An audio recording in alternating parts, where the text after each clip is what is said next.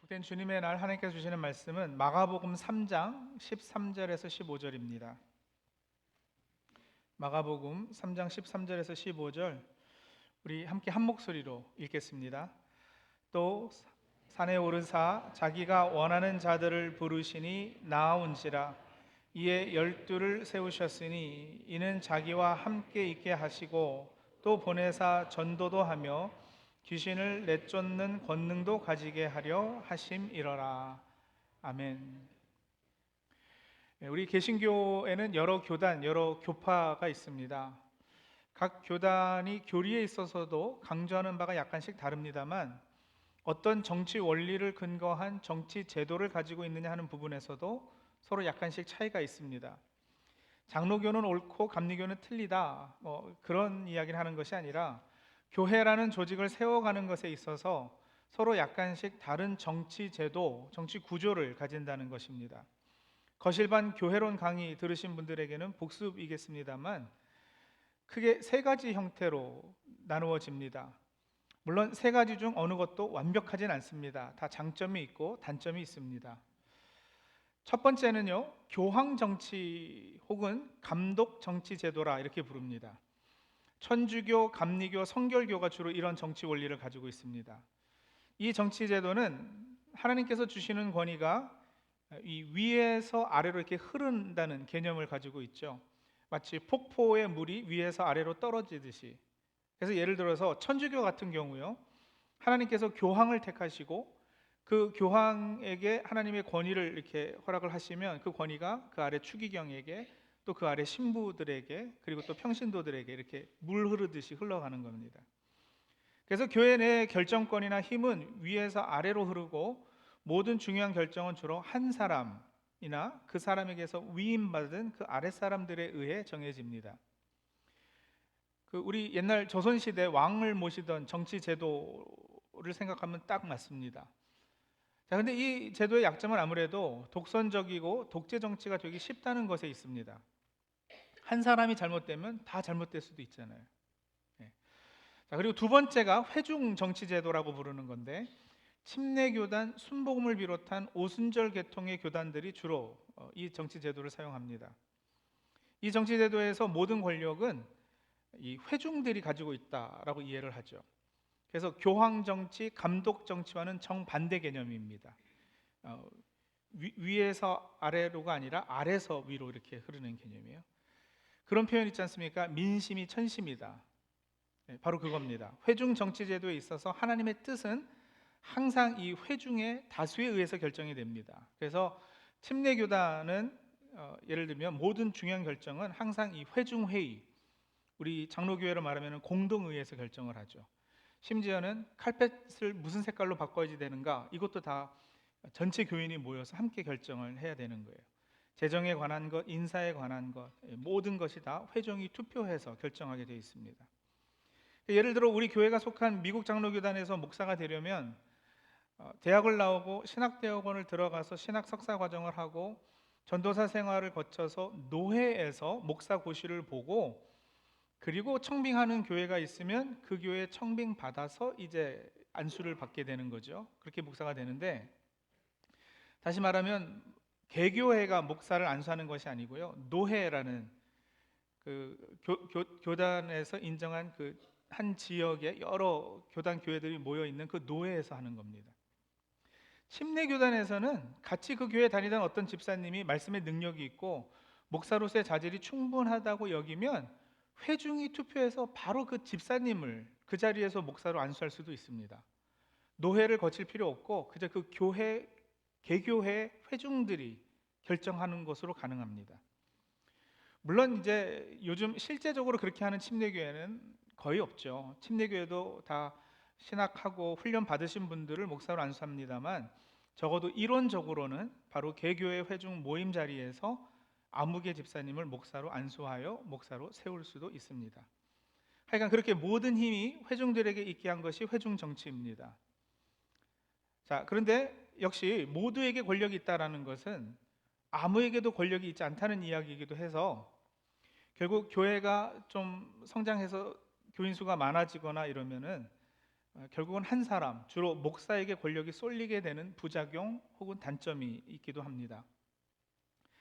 세 번째가 대의 민주주의 제도, 장로 정치 혹은 대의 정치라고 부르는 형태인데요. 주로 우리 장로교가 속해 있는 개혁주의 전통의 정치 제도입니다. 미국 의회 정치 제도와 헌법이 이 장로교 정치 제도 정신에 근거해서 만들어진 것은 이미 잘 알려져 있는 바입니다. 이 제도는 이제껏 말씀드린 감독 정치와 회중 정치의 중간쯤이라 이렇게 이해하시면 되겠습니다. 그리고 셋 중에서 제일 복잡합니다. 장로 정치 제도는 성령께서 우선 회중에게 어떤 권위, 그 결정권을 허락하신다고 믿고요. 그런데 그 회중은 그 중에 몇 명을 대표로 선출하는 그 권위만을 행사합니다. 그래서 어떤 대표를 뽑게 되는데 그 대표는 회중이 뽑는 것이 아니라 하나님께서 회중을 통해서 대표를 이렇게 뽑으시는 것으로 그렇게 우리가 이해를 하죠. 이 대표, representative라고 그러는데 이 대표는 영어로 두 종류의 대표가 있습니다. 하나는 delegate이라고 하고요. 하나는 commissioner라고 해요. 그 차이가 뭐냐면 delegate은 자기 결정권이 없이 자기를 뽑아준 사람들의 의견대로 결정을 하고 판단을 해야 되는 거예요. 자기 지역구의 구민들이 다수가 A라는 안건이 있고 B라는 안건이 있을 때 지역구 주민 대다수가 A라는 안건을 채택하기를 원한다면 이 델레게이트 대표들은 무조건 가서 이 A에 투표하고 결정해야 되는 거죠. 다른 초이스가 없어요. 그런데 커미셔너는 조금 다릅니다. 커미셔너는 자기를 뽑아준 지역 구민들이 이 A하고 B 안건 중에 아무리 A를 원한다 하더라도 가서 그 내용을 자세히 살펴보고 판단할 때 B가 바르다고 생각이 되면 B를 선택할 수 있는 권리가 있습니다. 마치 국회에 국회의원들을 보내는 것과 똑같죠. 국회의원들은 자기를 뽑아준 사람들을 대표하고 그 사람들의 의견을 최대한 반영하려고 하지만 자기 양심과 판단에 그 지역 구민의 의견과 반대되는 결정을 해야 할 때는 할 수도 있습니다. 장로교 대의 정치가 그와 같죠. 회중은 성령께서 뽑으라 하는 사람을 뽑고 그 뽑힌 대표는 자기의 신앙적 양심과 하나님 앞에 엎드리고 그 뜻을 구한 뒤에 교회 안에서 이런저런 결정을 하게 되는데 혹 그것이 회중 다수의 의견과 다르다 할지라도 하나님 앞에 기도하고 그것이 하나님의 뜻이다 확신이 서면 그렇게 결정하고 일을 진행해 갈 수 있습니다. 이렇게 하는 것에는 이 대표들은 아무리 회중들이 투표해서 뽑아 주었다 하더라도 회중의 대표일 뿐 아니라 더 우선적으로는 하나님의 대표이라는 그 전제가 그 바탕에 깔려 있습니다. 물론 특별한 경우가 아니고는 이 대표들은 회중들의 형편과 처지를 살피고 그 의견을 사역에 반영하도록 힘을 씁니다. 하지만 만약에 회중의 뜻과 하나님의 뜻이 일치하지 않을 때는 대표는 하나님의 뜻에 우선적으로 따라야 하는 것이죠. 성경에 보면 여러분 회중의 뜻이 항상 하나님의 뜻이 아니었거든요. 항상 그랬던 것은 아니었단 말이에요. 민심이 항상 천심은 아닙니다. 광야 시절 이스라엘 40년 광야 시절 때도 보면 모세는 백성의 대표였지만 백성이 하나님의 뜻에 따라 행하지 않을 때가 많았거든요. 그래서 불평도 하고 원망도 하고 하나님은 한 번은 이 백성 다 쓸어버리겠다라고 작정까지도 하시고 한 적이 있잖아요. 그때 모세는 백성들 앞에서는 하나님의 뜻을 말해주고 그 뜻을 행해지되는 책임이 있기도 했단 말이죠. 물론 백성의 편에서 백성을 대표하기도 하지만은요. 그런 차원에서 장로교에서 장로님들의 책임이 막중합니다. 장로교에서 장로님들의 힘이 세다는 말은 그만큼 하나님 앞에서 책임이 크다는 말이죠. 장로들의 모임을 우리가 당회라고 불러요. 장로님들이 모여서 회의를 하는 거예요. 근데 당회가 결정하지 못하고 꼭 공동의회를 거쳐야 하는 것이 그래서 몇 가지가 있는데 하나가 목사를 청빙하고 또 교회 일꾼들, 직분자들을 선거해서 선출하는 거, 그리고 그 관계를 때로는 해소하는 것이고요. 부동산을 구매하고 매각하는 일. 근데 이제 그것 빼고는 당회가 교회의 거의 모든 중요한 사항을 논의하고 결정합니다. 칼펫을 무슨 색깔로 바꿀까? 이거 그냥 당회에서 알아서 하면 됩니다. 교인 전체가 다 모여서 그것을 논의하고 서로 결정하고 하지 않아도 되는 거죠. 자, 그렇다면 우리가 가지고 있는 이 장로교의 정치 제도는 완벽한 정치 제도냐? 네, 그렇지 않습니다.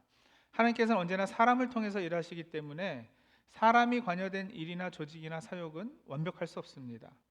하나님께서 직접 하시면 다 완벽하게 하시겠지만 하나님께서 그렇게 하지 않으시고요, 완벽하지도 않고 완전하지도 않은 부족한 사람들, 때로는 나는 자격도 없다라고 생각하는 이런 사람들을 들어서 사용하시고, 그렇게 하나님은 자신의 역사를 이루어 가십니다.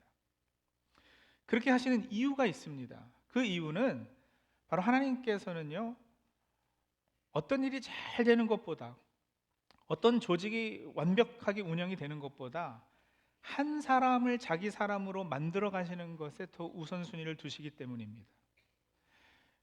사역을 맡기시는 것은 그 일을 하면서 그 사람이 하나님을 더 깊게 만나고 더 깊게 사귀게 하시려는 의도 때문이에요. 일이 잘 되고 못 되고는 둘째예요. 하나님의 첫 번째 관심사는 늘 사람입니다.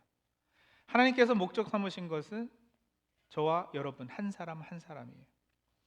예수께서 이 땅에 오시고 십자가에 피 흘려 죽으심의 궁극적 목적이 바로 우리의 구원에 있고요, 하나님께서 우리에게 직분을 주시고 일을 맡기시는 것은 구원받은 우리가 하나님과 더 친밀한 관계 가운데 있게 하시는 것 때문이죠. 그래서 맡기시는 일은 수단이고 방법이고요, 목적은 우리입니다. 우리의 성숙, 우리와 친해지고 우리가 하나님께 의지하고 사랑하게 되는 거, 그거 목적 삼으신 건데, 오늘 우리가 함께 읽은 본문에서 바로 그 사실이 잘 드러나고 있어요. 마가복음 3장 13절에서 15절에 보시면 예수께서 12제자들, 자기 일꾼을 세우는 장면이 나오는데, 자, 이 오늘 본문에서도 세 가지를 생각해 볼 수 있습니다. 먼저 13절입니다. 13절 다시 보시죠. 예수께서 산에 올라가셔서 원하시는 사람들을 부르시니 그들이 예수께로 나와왔다. 가지고 계신 성경책에 보시면 이 13절 위 단락에 제목이 있을 거예요. 제 책은 12제자를 세우시다 이렇게 되어 있고요, 세번역 성경책에는 보시면 제목을 12제자를 뽑으시다로 되어 있어요. 뽑으시다. 세우셨다, 뽑으셨다. 자, 어떻게 그렇게 하셨는가? 13절 다시 봅니다. 예수께서는 뭐예요? 본인이 원하는 사람들을 부르셨다는 거죠. 본인이 원하시는 사람. 다시 말해서 주님의 일꾼은 주님께서 친히 원하시는 사람을 뽑으셨다는 거예요. 그래서 정확히 따지면 조금 전에도 말씀드렸지만 우리가 뽑는 게 아니라는 거죠. 대표를 우리가 선출을 하더라도. 그러면 공천위원회에서 일꾼을 천거해서 우리가 공동의회 다 모여서 장로를 뽑는 것, 이건 뭐 하는 거냐? 여러분, 공동의회에서 직분자 선거를 통해서 회중은 주님이 그렇게 뽑은 사람을 확인해 주는 작업을 하는 거예요. 주님께서 뽑으신 분이 맞습니다라고 컨펌 작업하는 거라는 거죠. 그래서 뽑혀진 일꾼은 회중 말만 듣는 사람이 되어서는 안 되는 거예요. 1차적으로는 주님이 원하시는 사람을 뽑았기 때문에 회중의 선택이 아니라 회중은 주님이 뽑아놓은 사람을 컨펌해 준 것이기 때문에 회중이 원하는 바와 주님의 원하시는 바가 서로 상치될 때는 주님의 일꾼은 주님의 의견을 우선적으로 따라야죠. 돌을 맞아도 그리해야 합니다. 그래서 구약의 선지자들이 많이 핍박받고 죽기도 하고 그랬어요. 백성들의 의견을 따르지 않고 하나님의 말씀을 따라 순종하다가 어려움 당한 선지자들이 많잖아요. 그래서 여러분, 장로의 자리는 사실 함부로 올라갈 자리는 아니에요. 사람이 그냥 무조건 착하고 순해가지만 올라갈 수 있는 자리도 아니고요, 만약에 그런 경우가 생겼다면, 주님이 원하시는 바와 회중이 원하시는 바가 서로 다르면 회중에게 비난당하고 돌을 맞으면서도 주님이 원하는 것을 따를 수 있을 만큼 굳건한 믿음과 그런 어떤 소위 강단이라고 할까요? 깡따구 이런 게 좀 있어야 되기도 하는 거죠. 물론 항상 회중의 의견과 주님의 의견이 일치되면 좋죠. 두말할 나위 없어 좋죠. 근데 사역하다 보면 그러지 않은 경우도 종종 있거든요.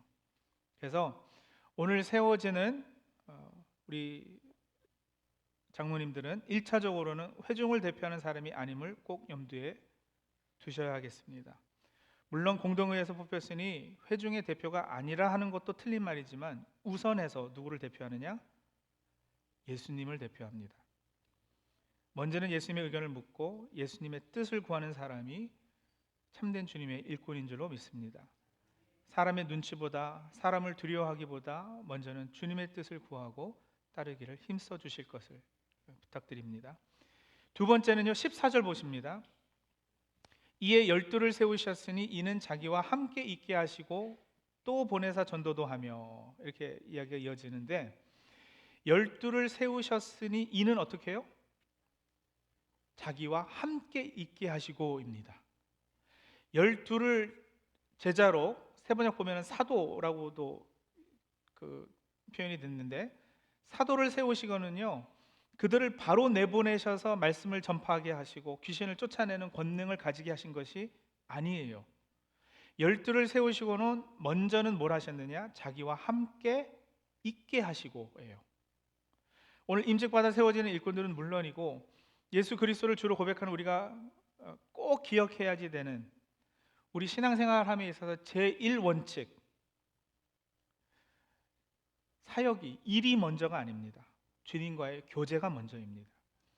자기와 함께 있게 하시려고 제자를 세우셨습니다.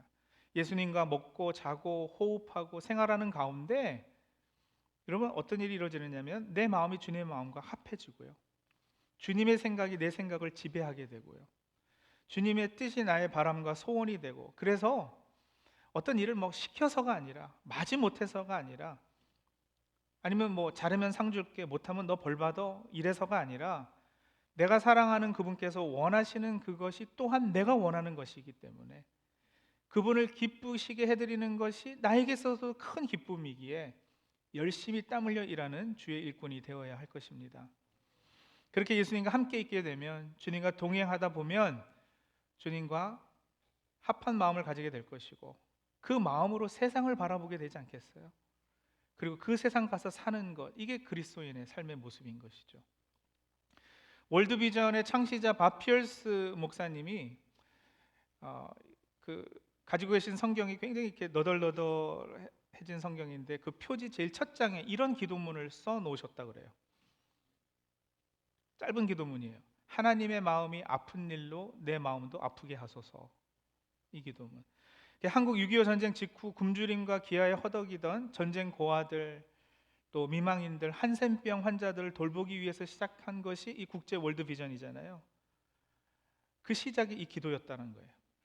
주님의 마음이 아픈 것으로 바피어스 목사님의 마음도 아팠던 겁니다. 모든 사역의 출발은 사실 거기죠. 주님의 마음이 깨지는 것으로 내 마음도 깨질 때, 주님의 마음이 기쁜 것으로 인해서 내 마음도 기쁠 때. 예전에 어떤 청소년 집회를 갔어요. 며칠 동안 하는 수련회 집회였는데, 마지막 날 강사가 청소년들에게 예수님을 주님으로 영접할 사람들은 손 들고 앞으로 나오라고 이렇게 초청을 했어요. 그런 집회들 가끔 하잖아요, 그렇죠? 예수 믿을 사람 앞으로 나오라고. 근데 뭐 설교 시간 때는 딴짓하고 설교 듣는 것 같지도 않고 그랬던 이 아이들이요, 주르르 줄을 지어서 앞으로 나가서 무릎을 꿇는 거예요. 근데 이제 그 무릎 꿇고 기도하는 모습을 보면서 제가 울컥해서 눈물이 터져 나왔거든요. 그게 조금 신기한 경험이었어요. 왜냐하면 울면서 머릿속으로는요 계속 질문이 떠오르는 거예요. 내가 지금 왜 울지? 이게 왜 우는가? 이게 뭐 슬픈가? 슬프지 않거든요. 이게 무슨 슬픈 일이에요? 근데 왜 울까? 질문하다가 내가 스스로 내린 그 답은 뭐였느냐면요, 이거 너무 기쁘구나. 기쁨의 눈물이 나는 거구나. 근데 뭐가 이렇게 기쁘고 좋을까? 보니까 그 마음이 주님의 마음이었던 거예요.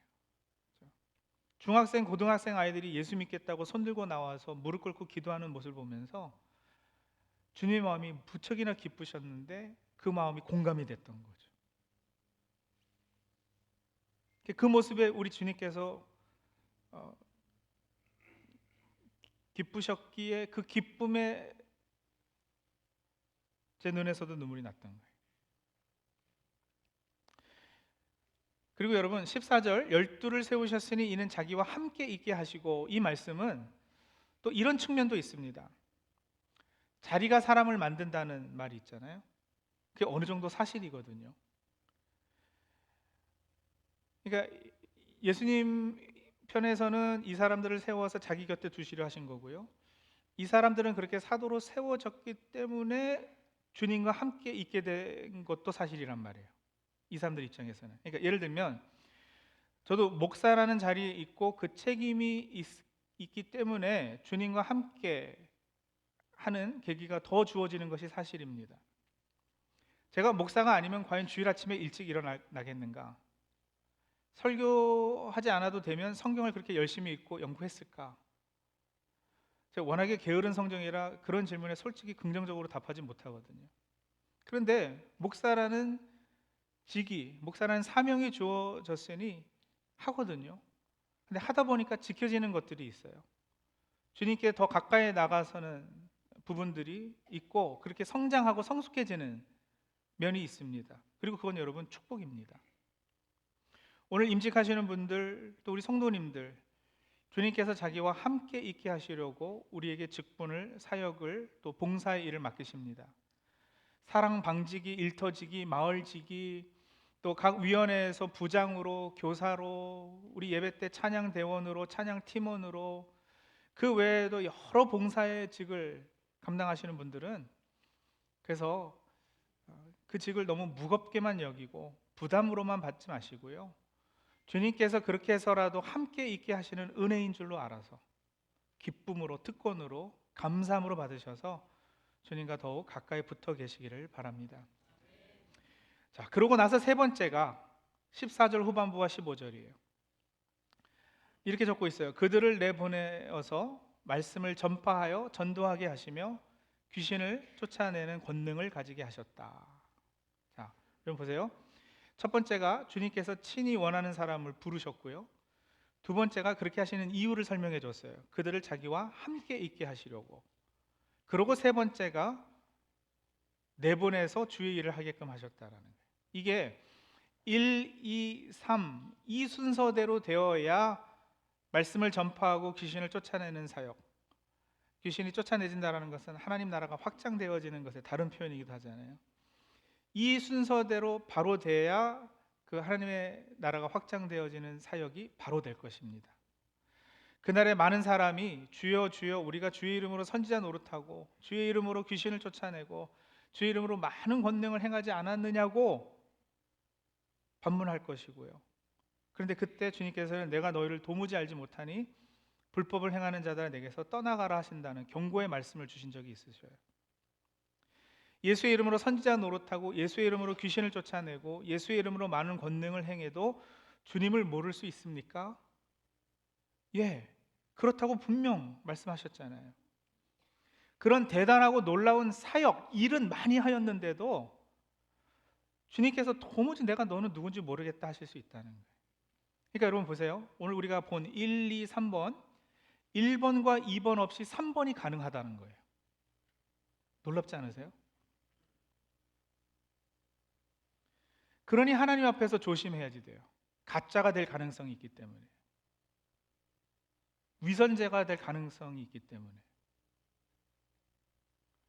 귀신 내쫓는 사역하고 막 교회가 부흥하고 놀라운 엄청난 일들이 교회 안에서 또 교회 밖에서 벌어지고 하더라도 여러분 그 사람 자체는 가짜일 수 있다는 거예요. 그럼 여러분 임직 받으셨다면 1번은 이미 된 것이고요, 힘써야 되는 건 2번입니다. 2번이 뭐라 그랬죠? 예수께서 그들을 자기와 함께 있게 하시고, 있게 하셨으니 어떻게 해요? 우리도 노력해서 주님과 깊은 사귐을 가져야죠.